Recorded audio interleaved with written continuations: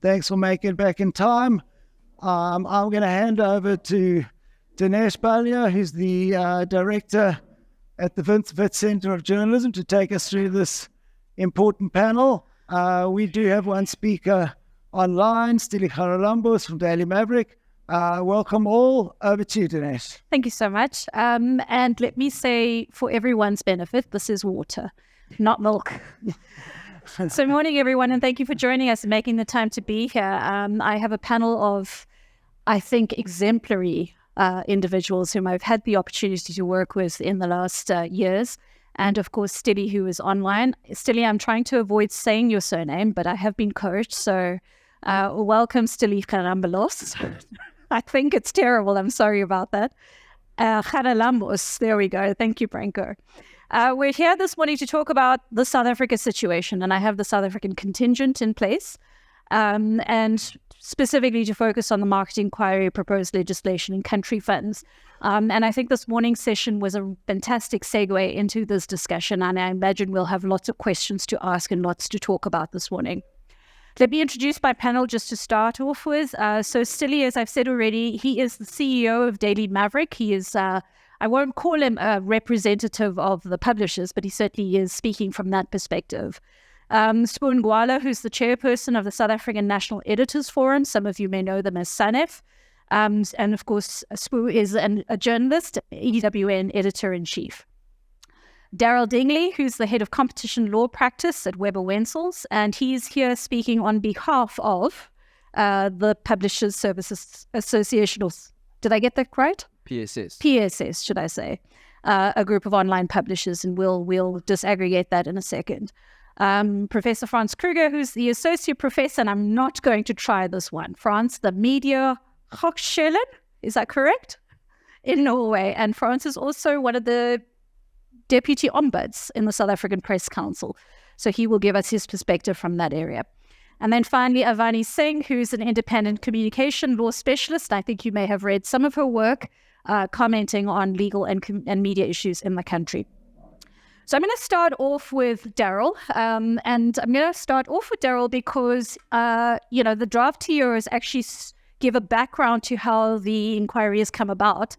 And the TOs mention, in particular, the PSS submission to the Competition Commission. So, Daryl, if you could just give us some background about how we got here. Why are we here today to talk about this matter at this particular panel? Okay, great. Thanks. So just to say, the Publisher Support Service basically is an association of all the major traditional, what I call legacy media publishers in the country. We also have digital offerings. And so it covers almost 256 titles and represents about 4,000 employees. So it's the Caxtons, Media 24, Independent, all of those large players, for example, are all part of the PSS.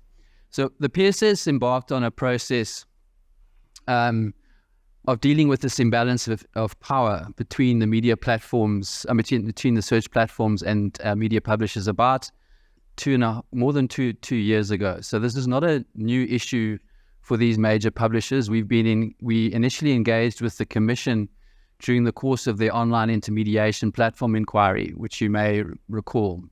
So they're about to publish their final report, and there was a section in the provisional report about this issue. There may be something also in the final report about it. But during those engagements, we set out what this imbalance and what this digital transformation process meant for media publishers in South Africa. So we gave a lot of information about the declining revenues, the increase in costs, the difficulties of that whole transformation journey. We also, though, did obviously emphasize the importance of transformation and the importance of these digital platforms. So we were saying this is a new era, this enhances communication, but obviously is fundamental to public interest journalism. So we gave the Commission a lot of information about that and about the struggles of SA media to deal with this transition. During the course of that, the Commission, it was very clear, the Commission said this is a topic on its own. It's significantly complex, particularly when you start talking about programmatic advertising and ad tech stack, because these things are actually all a little bit intertwined and can't necessarily be separated out. So they said, listen, we think it's either going to be dealt with through complaints or will be dealt with through a separate platform inquiry, which is what's transpired. And you'll see in those draft terms of reference that there's a whole section in there around the submissions that the PSS made in dealing with this imbalance and in dealing with these features of the market that result in these distortions. So I should also just be very clear that in embarking on this process, we did engage quite heavily with colleagues down in Australia and New Zealand and all over the world, in Canada and elsewhere. When I say colleagues, we've engaged with representatives of media, major media publishers around the world, and we've also engaged with lawyers that have represented them and other industry experts around what has happened elsewhere. As a consequence of all of those engagements, we have actually drafted a bill, which is a bargaining code. Now, that bargaining code, we have engaged with the Department of Communications and Technology, and we've presented it to them. The bargaining code has also been, the draft bill has also been sent to Minister Patel, and we've had engagements with both those departments around that bargaining code. The bargaining code is very much based on the Australian model, and I can get into some detail if you want about that in question time. So it's very much based on that, and I think it does deal with some of the pitfalls that the Canadians are currently facing. But that's where we are in terms of those engagements. But what has transpired over time is that after we made those engagements, after we drafted the bill, we started having engagements with some of the big tech platforms, and we have had engagements with Google and we have had engagements with Meta. Both of those, the engagements with Google, and there was an earlier phrase used, we love Google. We definitely do love Google at the moment. Google is really committed, and I think in good faith, to doing deals with major publishers, or in fact all the publishers in South Africa. And when I should say, we have been encouraging as many publishers as possible to join us. We are open and transparent with the AIP, which represents many of the smaller players, as well as with obviously all of the major players too. So everyone knows from those associations what we are up to. And we are currently, as I said, in a situation where we're sitting down with Google and engaging with them in good faith.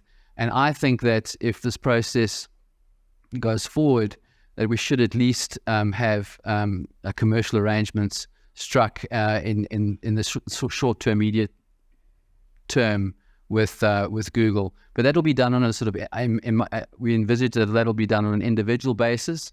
With the publishers within a framework that Google has put forward. But it is very encouraging that actually big tech, especially Google, is engaging and is committed to particularly supporting public interest journalism in South Africa. Obviously, the platform inquiry continues, and I think the platform inquiry is really important because it does flesh out some of these important features of the market, which creates these distortions. And I also believe that it's important as a platform for people to voice their concerns and to place them before the commission. The commission ultimately may become the champion of the legislation that runs through Parliament, and I'm sure, hopefully, at the end of the day, in fact, it will. If it goes through, it'll be part of open for public comment when it hits the portfolio committee stage. But it is, I think, it is really important that we have legislation at the end of the day that will frame the way forward, and I think if it's based on the Australian model, should be acceptable to big tech, certainly to Google, because they accepted that model down south as well. And I think obviously AI is important too. That's something which they've included in the terms of reference, and I think that's an important aspect to consider going forward. Okay. Thank you so much, Daryl.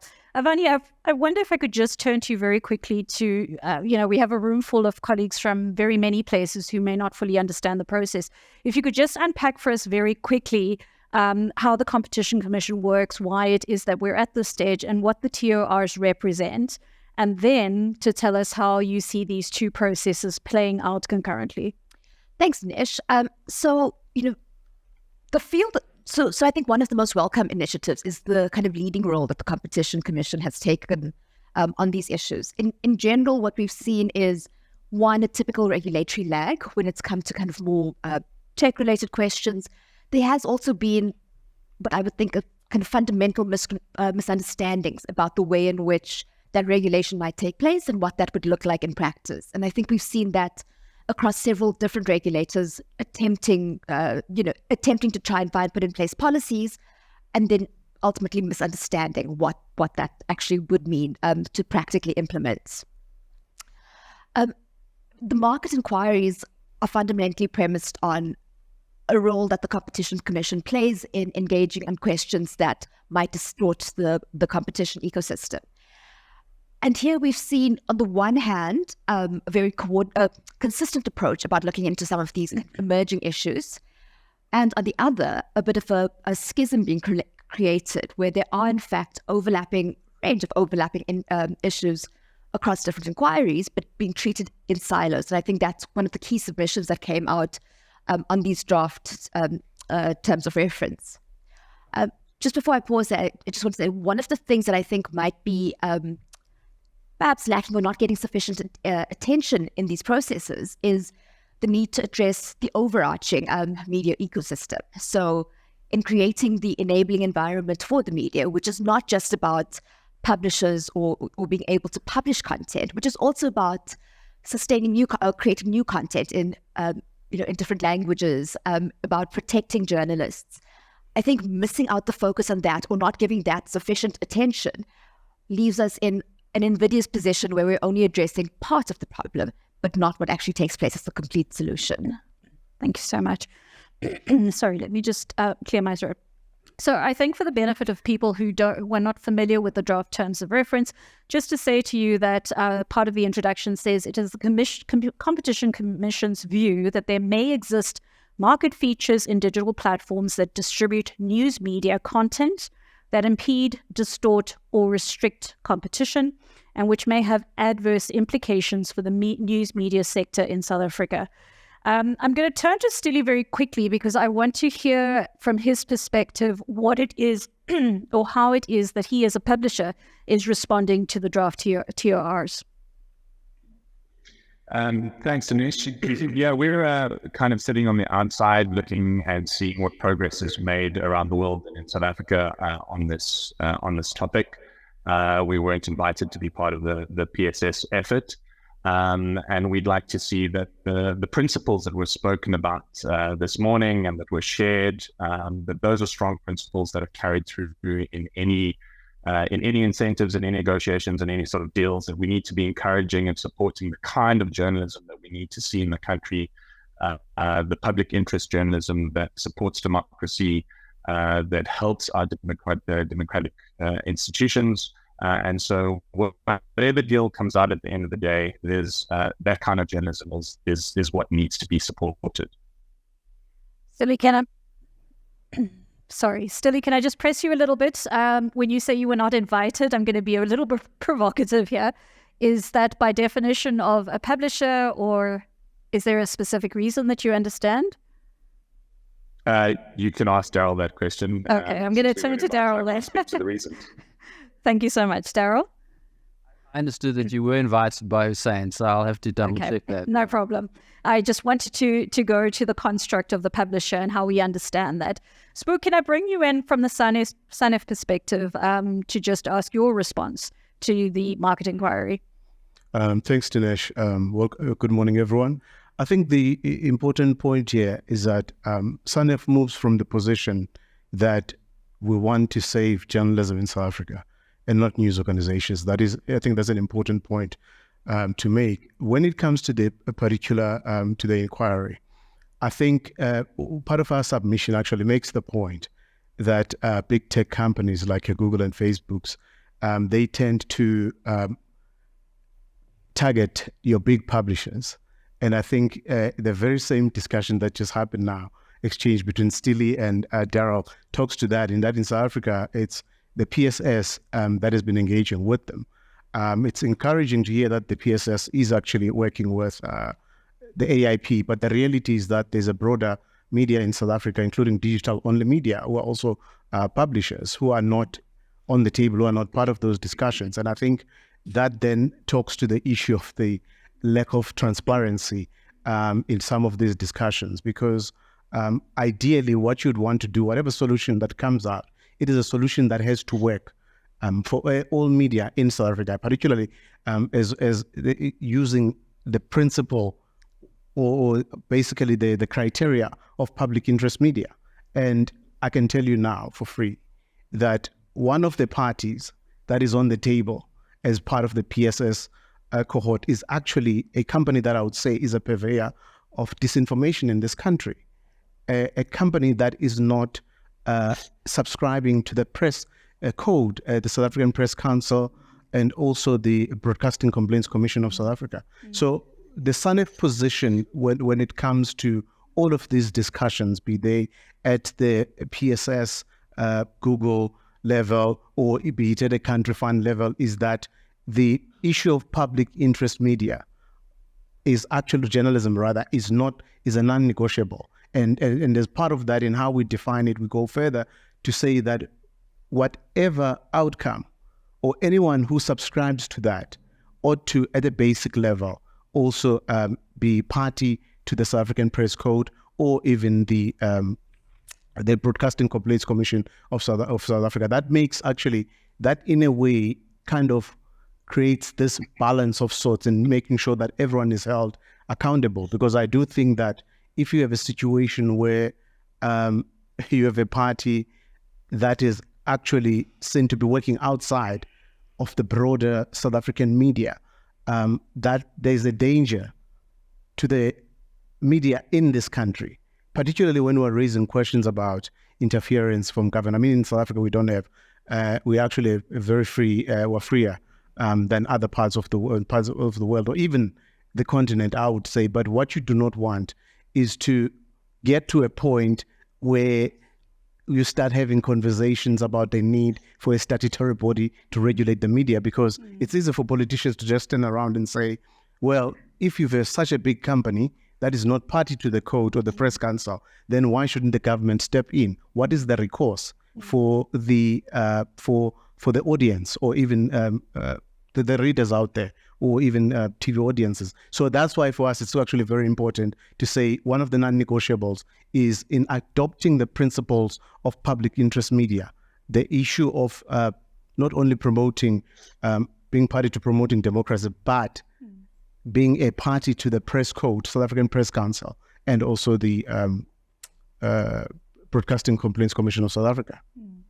So I want to just pick up on that point, because earlier we heard Emma speak about, the strong emphasis on ethically driven news, the strong emphasis on who was a member of a press council, making sure that membership was in place, and so on and so forth, as we built up to the Australian Bargaining Code. Frans, if I could ask you to just talk a little bit about whether you think the draft TORs does enough to unpack what quality news is, and, almost separate out the kinds of entities that Swu was alluding to, and not naming at this point, from those that are considered quality news providers. We can name it in a second. We'll come through just now. Frans? Yeah, thanks, Dinesh. So many interesting points already. I mean, just for those of you who are not from South Africa, I think the reference is to the Independent Group of Newspapers. Let me just put that out there. Which has been controversial in all sorts of different ways. But, I mean, you ask about the TORs, and I have a concern that the draft TORs leave out an important element. And they, as they stand at the moment, they explicitly exclude consideration of advertising and the ad tech stack. And for me, that's kind of talking about the elephant in the room without looking at the elephant, because that's the real damage that the technical giants are causing to journalism. I mean, submissions have been made and they're currently being considered as to whether it's the terms of reference are extended. I mean, Daryl earlier on talked about an imbalance of power. I mean, the imbalance of power rests on a number of pillars. The imbalance has to do with content, which I think is at the core of the idea of a bargaining code, but it also very importantly hinges on access to user information, information about traffic, etc., as well as this, and of course, based on that, the advertising dominance that has emerged. And I think if you're not looking at that, actually you're looking only at part of the picture. And I do want to make the second linked point that emerges from the discussion already this morning. It does concern me somewhat that there is already a draft code, that there is already a draft law, and actually the rest of us don't know. I don't think it's okay for that to be negotiated simply between legacy publishers behind closed doors with the technical giants. And it's not just about the small publishers. It is about the small publishers as well as small broadcasters. Let's just put those into the picture, as well as the public broadcaster. They all have an interest in what has been done to the advertising kind of pie, the advertising market, let's say. But it also has, it's of interest to the rest of us as citizens. You know, the arrangements that are made have a direct impact on the health of the information ecosystem in this country. We all have an interest. SANEF does, general citizenry, civil society, etc., etc. We can't, those processes can't happen behind closed doors, excluding important players. So I think that that's a matter of concern. Let me stop there. Thank you so much, Daryl. I don't know if you want to respond, but certainly I don't want to. I think I see this as an opportunity for us to expand this discussion, and certainly to include players that may feel that they have been left out of the discussion. Yeah. So let me start at the beginning to say that we were and we still are committed to a transparent process. We have been making public submissions about this for a long time. There's been a lot of press about it. There's been our submissions to the authorities have all been made available on their websites. As I said, we represent probably more than 90% of the industry, and we've had engagements with more than 90% of the industry. So I think the criticism is a little unfair that we haven't been engaging with a broad spectrum. We have been engaging with a very broad spectrum. We've even had discussions with SANEF about it. We've exchanged our documents. We've been very transparent about the process. But let me also be very clear, is that we wouldn't be at this point that we are now without applying a lot of pressure through the authorities, pressure with regulators, government, and many different stakeholders. We are a lot further along. And let me be quite open here. I'm quite surprised, and maybe that is a problem, that some of what we're doing isn't known by many people in the audience, or maybe they do know about it, but they haven't raised their hand about it. But we have been engaging in this process for a very, very long time. And we're at a critical stage, because I think where we're going with Google in particular is that everyone is going to benefit. And when I say everyone will benefit from these arrangements, the intention is to include every single person, and Google, every single publisher, and Google has made that very clear. Also, in terms of eligibility criteria, this issue around press codes and ethical content is a really relevant issue. It is in the bargaining code that we've proposed. It is in the Australian bargaining code that we've proposed.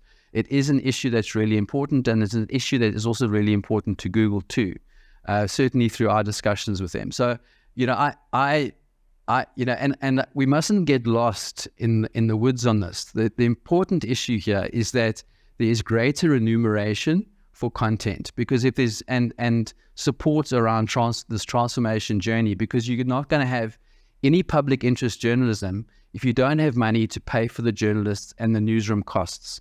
It's just not going to happen, And so the focus must be on remuneration, greater remuneration, covering the costs of these publishers, because otherwise, in a year's time, let me be very clear on that, a lot of the publishers in South Africa will no longer exist. And when I say publishers, I'm talking about publishers from large publishers to small publishers. That's how dire the situation is in South Africa in terms of remuneration. And this process cannot be derailed by small issues. We really have to focus on the big issue here, which is remuneration for publishers across the board. Thanks, Daryl. I think it's important that we do separate out the issues, though, because there are the critical matters of financial remuneration, sustainability, and so on and so forth. But I think it's from what I'm hearing you say, I don't believe it should detract from the key question around independent. And I'm going to push everyone a little bit more to say, and maybe I should start with you by asking, in terms of the work that's been done so far by the PSS group, should I say, or members, are you saying that the independent group will be coming back to the Press Council should the code move forward? I can't answer that. You'll have to ask Independent that directly. I don't represent Independent. I represent the PSS, which has Independent as a member. So I can't answer that question. I can say to you this issue has been raised. It has been discussed. And in the draft regulations, there is reference to codes. Okay. And so this issue is important because, and as I said to you, Google also sees this. And again, I don't represent Google, but just in my discussions with them, this is also an important issue for them. Ethical issues around news content is important. Thank you. I see two questions from here. Is it directly related? Because I do want to move off onto other areas in a second. I just wanted to make a quick point, if I may. I think the issue of inclusivity is not a small issue.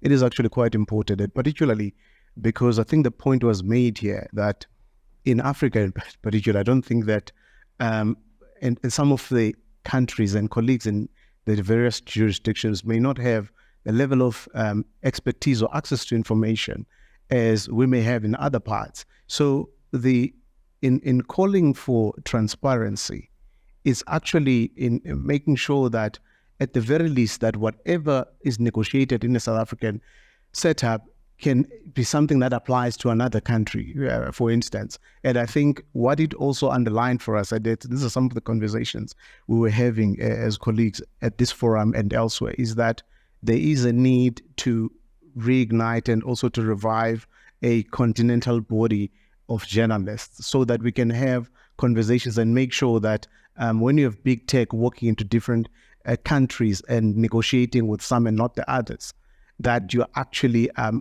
able to have some kind of a response. Because I think in terms of the Australian response, we now understand, I think one of the speakers spoke about the dairy farmers analogy, which becomes important in actually, it's a basic simple principle of unity in numbers. So I think that's the one important call, which everyone ought to understand the importance for transparency and for everyone to understand what is happening without actually getting to the nitty-gritties of what is in the contracts, but what is at play and being as inclusive as possible. And I think I will go back to something I read in the comms around the TORs that said this inquiry is underpinned by the values of a properly funded press to advance a well-functioning democracy. And this includes the diversity of views from smaller media businesses and media owned by historically disadvantaged person. And we know in South Africa that we have a very, diverse of media space where there is representation leaning heavily to one side. And I'm hopeful that this discussion around inclusivity will help us move your processes forward, Daryl. Frans, you had a comment? And a question, if I may. I do want to acknowledge that, as one of the Australian colleagues earlier said, the perfect can be the enemy of the good. And clearly mechanisms that bring money into the system, are to be welcomed. I do think, though, that it's legitimate to ask about the terms and the mechanisms and the manner. And I just had two questions, really. In terms of the drafts that you're looking at, and to the extent that you can answer, would they enforce arrangements by law like the Australians do? Or is it entirely voluntary? Because I think there is a danger, and we've seen that in many countries, or the tech giants making use of donations or similar kind of arrangements, basically to sidestep more kind of enforceable mechanisms. That's my one question. And the other question is, how does this process relate to the inquiry? It seems like the process of developing a code and a legal framework, in a sense, that's where we're going. So do you see this as already, in a sense, removing the need for the inquiry, or how do the two relate? That would be my question. Thanks, Frans. Okay, let me start with the last question and I'll move up to the first question. I think that, well, maybe I'm going to make a controversial statement here. We can't wait. Okay, so the problem with these inquiries, and you will see it with the online intermediation platform inquiry, is that they extend the deadline for the final report to come out. These things take a long time. In the terms of reference, they've already said 18 months. And I'll go back to what I originally said. Some of the publishers in South Africa are under extreme financial pressure. And, if we're going to wait 18 months, for example, before anything is done, and then processes that are triggered after that, we're going to lose a lot of publishers in South Africa. So for us, the platform inquiry obviously is great because it applies pressure, it brings issues to the fore, it increases the level of transparency, it gives everyone a voice to put forward their concerns and their solutions. And so I'm not throwing cold water on that at all. It's just that we can't wait. So for us, we've got to find champions to run and push the legislation, because the legislation, I think, frames how all of these solutions are going to work for the betterment of the industry, and also hopefully get big tech to buy into some of those core principles. If we follow the Australian model, which, as I said, that what we've proposed is very similar, I think that it will be acceptable to them. Really at the heart of all of these bargaining codes, or particularly the South African draft that we've proposed and the Australian legislation, is that it's about collective bargaining. So it's really about saying that media publishers can collectively bargain with big tech, can strike agreements, and if everyone's happy with those agreements, you never need to trigger any of the enforcement mechanisms. So you may have legislation that actually ultimately at the end of the day doesn't trigger any kind of arbitration or any kind of enforcement, because it actually achieves a good commercial outcome for everyone, both big and small. So the small players can collectively bargain. Let's say there's an agreement that's struck between the AIP and big tech. They can all participate collectively in that agreement and reach commercial terms that's acceptable to everyone. And I should just add on this, I really do think it's important that we allow market mechanisms to run. So in other words, that when these agreements are actually struck, that there isn't transparency over the actual agreements, the amounts and that are ultimately determined as between a publisher and big tech. You can't have that information all out there. I mean, otherwise it erodes competition as between players. And we're very, very careful here that we don't create an over-regulated market that effectively is a cartel in some sense. We need to allow market forces to work, and to do that, all we need to do is to facilitate these commercial arrangements between these players. And some of them will be quite bespoke, because everyone has a different number of titles, has different has different types of transformation needs, has different types of programmatic advertising. All of these things may result in different terms, but ultimately, as I said, the goal at the end of the day is to facilitate greater remuneration for original content that meets ethical standards and that enables this transformation journey and supports public interest journalism. Thanks, Daryl. I know there's going to be a lot of questions about this moving forward, but I'm just going to go back to Stilly to interrogate the draft TORs a little more. Stilly, do you think, terms of reference. Yeah, I think Francis said it many times. It's just easier to say TORs. My apologies for that. But Stilly, do you think there's enough reference? I know there's reference to generative AI. There is some consideration of what's happened in the Australian context with regards to algorithms. But do you think that there's enough in the mandate or the scope of the TORs that looks at algorithms and their influence on competition?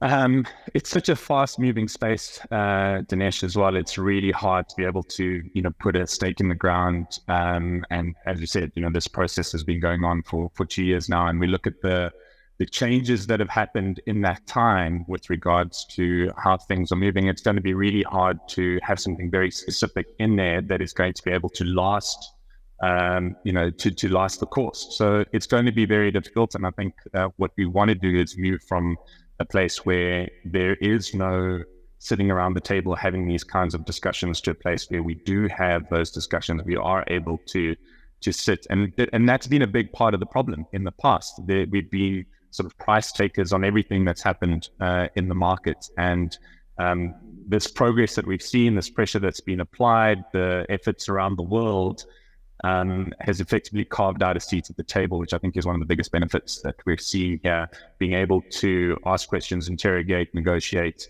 And what about that? What about how things, the ad tech elements that Frans talked about earlier?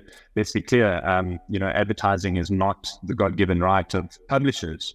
But when we look at the ways at which, practices and the way technology and lack of transparency has been applied to the advertising market, there are things that we can look at there that shouldn't have happened, and that we can look at rectifying. Thanks, Dilly. Let's talk about data, Vani. We're seeing increasing kind of restrictions on access to data from these tech platforms. Is it something we should be thinking about? So in the last couple of weeks, we saw Twitter clamp down on the number of tweets you could look at because they ostensibly said they wanted to clamp down on data scraping. We now see Google restricting, making restrictions in terms of its analytics tools. Is it something we should be concerned about as journalists, as researchers, and so on? Dinesh, I think one of the complicated things with data when it comes to the big tech platforms is that it is a very easily moving target. So on the one hand, when it's suitable, it can be, a very conscious decision to restrict access. On the other hand, we know that data exploitation is something that underpins the ways in which the platforms work. And so it's, I think, again, trying to strike that balance. But I think across the board, when we kind of talk about these different measures, whether it is a more legislative approach, whether it is a negotiated approach, I mean, for me, and Daryl, I take your point about the specifics around the agreements, and I think that came up earlier in the previous discussion. I'm not sure if we should be so willing to accept that without further interrogation when it actually comes down to engaging on the specifics. And even if it is not the financial specifics of it, and even there I would have questions about a complete clampdown, I think there are a number of different aspects in terms of the accountability for it, for the beneficial terms, we've spoken already about, who's at the table.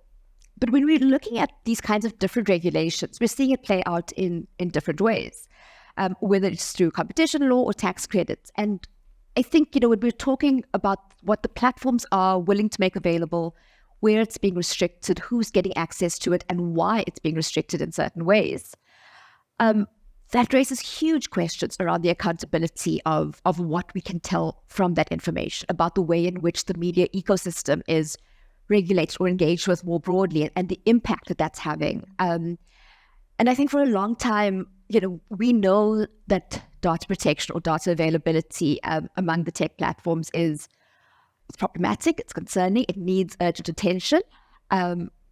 What that looks like in practice, we've yet to see, positive examples, and that comes back to the power imbalance and where that lies in terms of what can be accessed and not. So, absolutely.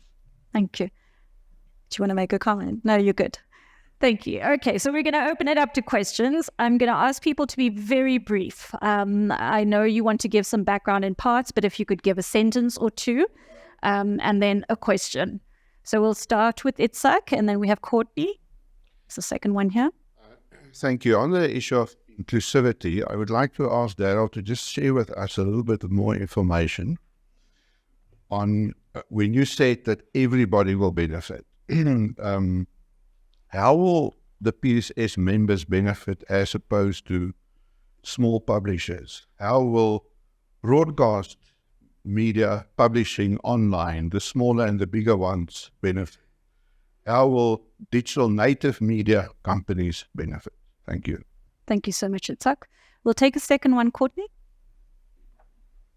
Thanks so much. So could you talk a little bit more about how exactly this negotiation process is taking place and where the inflation is? Because you're saying that it is very transparent, but on the other hand, as someone who studies this, it has been very difficult to find out information. What reason a lot of us came all the way to South Africa to see if they actually understand what's going on. It seems like there is this lack of trust. And we heard on the earlier panel that the importance of developing trust. Okay, so just in a nutshell, there seems to be a lack of transparency because it's very hard for us to understand what the status of this draft bill is. What are the principles in it? So could you talk about what you're doing? And clearly this panel is showing this trust challenge, but we heard on the other panel how important it is to work collaboratively. And so in terms of the ultimate goal, what is it? And going back to this question around algorithmic transparency seems to be, it was cut out of the Australian bill. It's not really about algorithmic transparency. It's about awareness around policy changes. And do you anticipate that being in the bill? Thank you. Thank you, Courtney. And then we have one at the back. Oh, sorry. From Vinod. Oh, sorry. Is there someone here?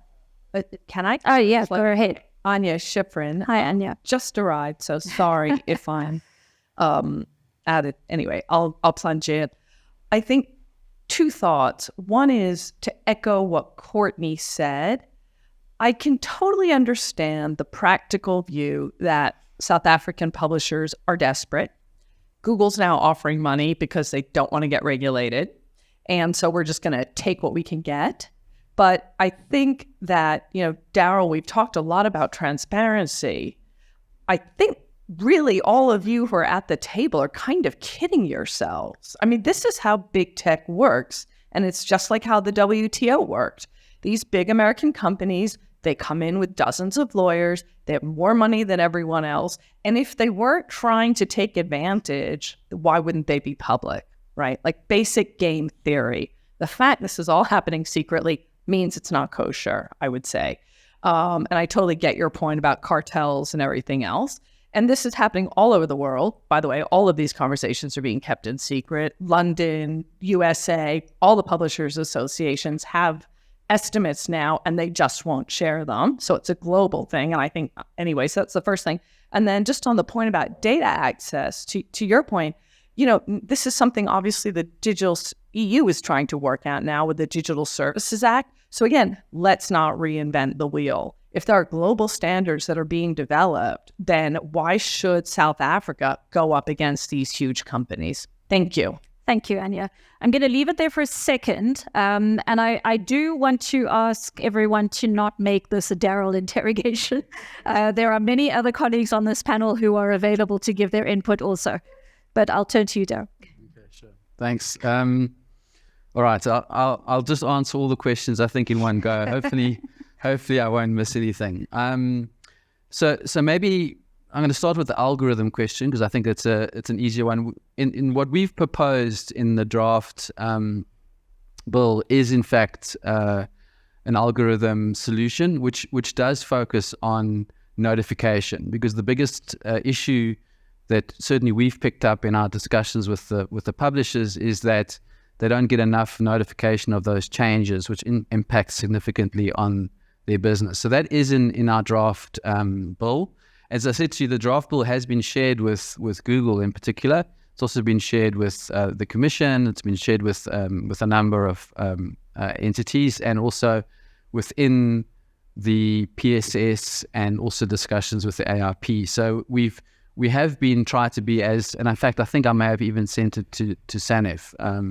So we have actually been tried to be as inclusive regarding that bill. Where it is in the process, as I said, it's with those bodies at the moment. So it hasn't been submitted to Parliament as yet.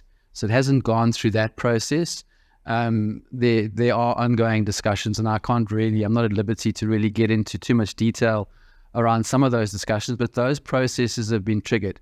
But as I said to you, it's really it's very much based on the Australian model. So that's where we're at, and we certainly, as the representative of PSS, and certainly what the PSS's position has been, is they wanted to be as inclusive as possible. But it has at the moment focused principally on what I called, and in my sort of opening address I mentioned it, it's the legacy print entities in South Africa. So it's really the print media in South Africa that suffered the most as a consequence of this digital transition, because of their costs in doing that. And it's those entities at the moment that are probably on the forefront of everything that we're doing, because they're the ones that are most desperate to get additional remuneration for content. So I should just be clear, the focus has been on legacy print publishers and their transition process. But I think at the end of the day, everyone will benefit from these processes. Did I answer all the questions? I think you did. So data access, I think, was just a comment, Anya, in terms of not reinventing the wheel. And maybe I can comment on data access. I mean, data is obviously really important. I mean, the publishers have different models nowadays, in this digital world in terms of driving, traffic and getting business for themselves. So obviously there's a subscription-based model, and there's traffic and digital advertising revenue, and then there's the monetization of content on third-party platforms. But the data is obviously really important for them to enable them to do many of these things, particularly the metadata. And I think these discussions have come up and are relevant, and I think will play out and hopefully become part of the commercial agreements that are struck between a publisher and one of the big tech platforms. But it is a relevant issue. It is something which has been discussed and negotiated. Thanks, Daryl. I think, from my side, it's interesting that you focused on legacy print, because actually, the media landscape has shifted so drastically. And it comes back to my earlier point about how we define news and news producers and so on and so forth. And immediately from my reaction to what you're saying is that, broadcasters, for example, who are publishing are left out of that. We've got independent producers of media who are left out of that, who may not be captured by the Association of Independent Publications. So for me, I think at this point we're aiming to a more inclusive discussion. Based on where you are currently. I was looking for Hussein. Hussein, are you in the room? I thought he was here earlier. Hussein, who is the head of the PSS. I was hoping that he would commit right here to having a more engaged discussion with some of the individuals who are seated at the table even. Can I just for the public record, I think Darrell made the point earlier that there was consultation across the board, including with SANEF. The meeting with SANEF was actually a very brief meeting, which was to say, for your information, this is what is taking place, and that's about it. But I think what is missing, particularly from a broadcaster's point of view, is the South African Broadcasting Corporation, which in terms of reach and geographical spread and also language offering, because in the South African context, the issue of language is very important. We have 11 official languages, which the SABC, as part of its public mandate, which is not funded, has to carry out at a basic level. So it actually is important to have an SABC. In fact, I would even advance to say that its digital platforms are actually bigger than most of other media organizations in this country. So again, it goes back to that importance of having all the parties on the table, and particularly the SABC in this instance. And I think the panel that was here earlier made that point, that the SABC equivalent of Australia is actually very much part of the negotiations with big tech. Absolutely. And I think all of us, and certainly the audience, will confirm that there's willingness to participate and engage. Any further questions? So I see one hand here with Alison. Hand at the back. I can't see your name. I'm sorry. Vinod. Hi, Vinod. I'm of that age, Vinod. So, Alison, go ahead. Hi, Alison Gill from Research University Africa. I know that this is kind of very a national discussion that we tried to have, and previously it was looking at the Australia thing, but I just feel sort of building on just implications of what Sbu and Avani have said about, looking at this in terms of the broader media ecosystem. Yeah. It's even more important, it's equally important to locate this in the context of global markets. I mean, our biggest challenge around authority, jurisdiction, and enforcement is because we're actually dealing with global operators that we've got now. So we're forced into these deals in order to secure things. So I think the two implications of that is that actually, the way it's been presented here, and I absolutely understand the sort of drivers of it, is, if we don't get into these kind of agreements, democracy is at stake because these small players are going to go out of the market. And yes, that's very important. But I think it's just really important to understand that this is just one set of interests. And I think one needs to sort of accept the levels of co-option that go with this. That in terms of global governance, these deals that are being struck up are being used to, avert proper regulation in jurisdictions where people can do this. So, dealing with our competition commission, which is fantastic, at last somebody stepped into the fray. They, in terms of what they can do around, antitrust and other environments, abuse of competition and that is very, very limited.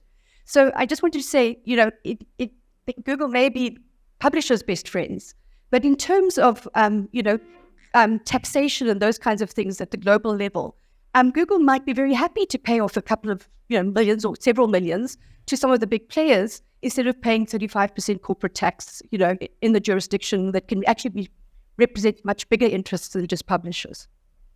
Thank you, Alison. Vinod? Yeah, this is Vibodh Parthasarathy from the Center for Culture, Media and Governance at Jamia Millia, New Delhi. So,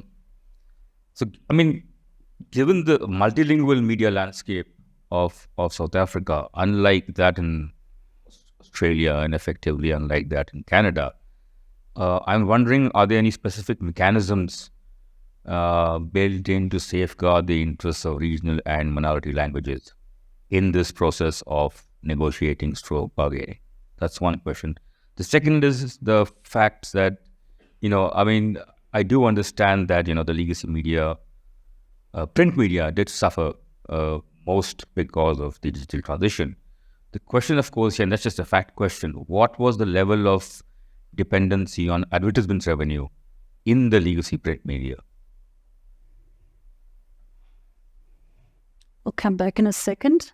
Khadija, can I go to you at the back? Hi, this is Khadija Patel, and I'm with the International Fund for Public Interest Media. My question is actually to Spoo. SANEF has spent a lot of time and a lot of effort building consensus around a national fund.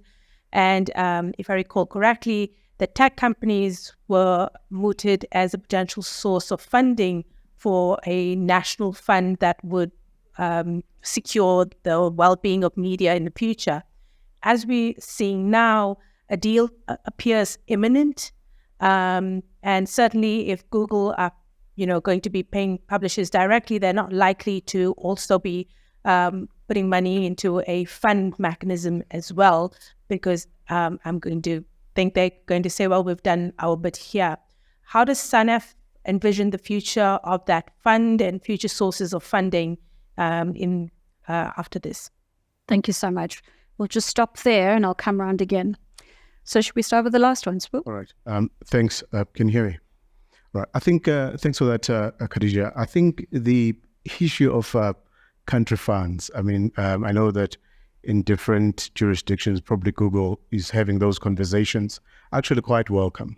But I think our attitude is that we can't just leave it to big tech to find solutions for the media in this country, and I'm sure it's the case elsewhere. What SANEF has been talking about is a journalism sustainability fund, which is actually looking outside of big tech. It's actually targeting in fact, these are the proposals that are on the table. We're discussing that actually will be going to organizations like yourselves, high net worth individuals in this country and elsewhere, corporate South Africa, because, if we understand the basic principle of public interest journalism and its importance to a thriving democracy, and I would argue that any company that operates in any jurisdiction, it's in their best interest to support such. And it's actually not in competition with any Google fund of sorts. If anything, it's actually to make sure that you capture anyone else who falls out of that net, basically, funding particular specific projects through grants and small media and media of different sizes, but making sure that whatever that fund looks like, I mean, as SANEF, we're merely journalists and media trainers and academics. We have no expertise to be running funds. That's why we're working with partners. Ours is to say, let's initiate the discussion, but let somebody else, an advisory committee, which is made up of retired editors. It's actually not even SANEF council members can participate or be part of that advisory committee, because we have to keep an arm's length. But we are interested in making sure that, as I said in the opening statement, that our interest is in saving journalism, because anything else, you actually, self-interest, you can't help it. It always comes into play. So that's why it's important that when we're talking about issues of language, when we're talking about of diversity, that's what we are targeting, and making sure that the millions of South Africans in the various communities have a voice and were able to help media in those various jurisdictions. So it would be, if it comes into fruition, which it will, because the SANEF AGM of the past 2 weeks did actually support it. It would actually be in addition to that. So I think, why not? The more funds, the merrier, for lack of a better word. Thank you. Frans, I wonder if I could ask you to address Vinod's question around language. I know our time's up, just as a wrap up, but I think it speaks more broadly to the difference in context, right, between the Australian model and circumstances which led to the bargaining code, and that of South Africa, but also the global South, as it were. What are the kinds of contextual matters that we should be thinking about when we're working towards a piece of legislation? Just want to say, language is something which is being considered. So okay. So if I could ask you to just weigh in on that. Sure. So, I mean, I'm glad to hear that it's on the table. Clearly it needs to be in a South African context. And I think that applies to many other countries in the global South. We need to make sure that minority languages or majority languages, if they're not as prominent in the media as is the case here, get a good, get strong access to whatever money is available. So that's one of the contextual matters. I think that there is another contextual matter that I want to sneak in, even though it doesn't have that much directly to do with big tech. And that is the role of official and state advertising. Vinod also asked about dependence on ads. And clearly, legacy media in this country has been very heavily dependent on commercial income. One of the things that I've become very aware of lately is one of the key differences between the global South and the global North is the extent of importance of state advertising. And I think unless we begin as South Africans, and it's true in other countries, although, the colleagues from Argentina will be able to talk about some of the rules and campaigns that they have, unless we start talking about frameworks for making sure that official advertising is not unfairly and manipulatively used, I think we're fooling ourselves. And if I could just conclude by referring to Avani's point about ecosystem, and I think Alison made the point really well, I think as social actors, we have to be clear that our interest goes way beyond the specific interests of legacy media. They have a legitimate interest, no problem. And a bargaining code can be a very useful tool to address that. But unless, I think, we ask ourselves the larger questions of what needs to be done to ensure a much healthier and more equal information ecosystem, then we're leaving out really large parts of the issues. And as I said at the beginning, it seems to me that the Commission inquiry at least needs to address the anti-competitive elements of the advertising market, or as of the influence of big tech on the advertising market, if it's going to make real progress. Thank you so much. I'm going to ask very quickly, Michael, I know I'm eating into, I think it's lunch or tea, I'm not sure. Keynote. Oh, sorry, keynote. Let's rush through the keynote so we can get to our keynote. Just if I could ask each of you to just say, what is the one thing, very quickly, what is the one thing you would like to see come out of this conversation? Frans, we'll start with you. A wider perspective, as I've just said, a wider perspective of the system as a whole, and different ways in which big tech impacts on it. And if we're talking about the competition inquiry, we need to really push that inquiry to take a broader view. Thank you. Stilly?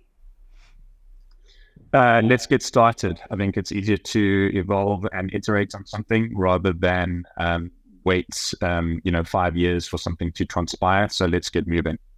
Perfect. Avani? To start being more critically assess the different vested interests that have come into play, whether it's government's role and the part that they will play, publishers, the platforms.